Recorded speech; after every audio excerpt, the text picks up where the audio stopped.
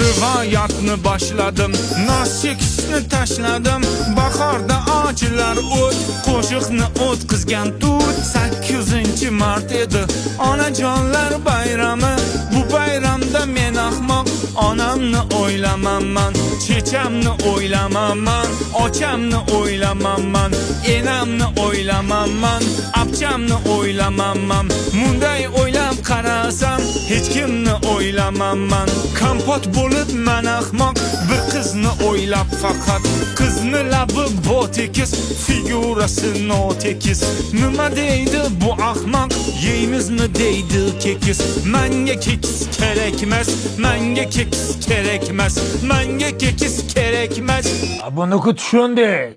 Keyin nima bo'ldi? 8-mart edi, kech soat 10lar edi. Bolar bilan toqqa chiqib dam olib kelaman dedi. Men o'ylaban bollarni kichkina bolacha deb, keyin bilsam u bollar ho'kizday bollar ekan, zdarovi bollar ekan, bagati bollar ekan. Onamga dardim aytdim, orqalarim qichirdi, neudobna bo'lardi gapirayotgan paytim.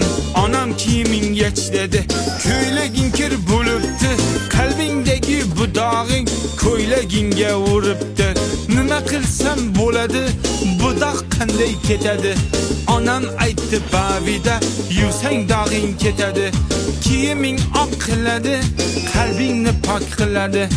Allergiya chaqirmaydi, dadang ham baqirmaydi. Mana tushunib yetdim, 8-mart kuni onajonlar bayrami. Boshqasini bilmadim, faqat onalar bayrami.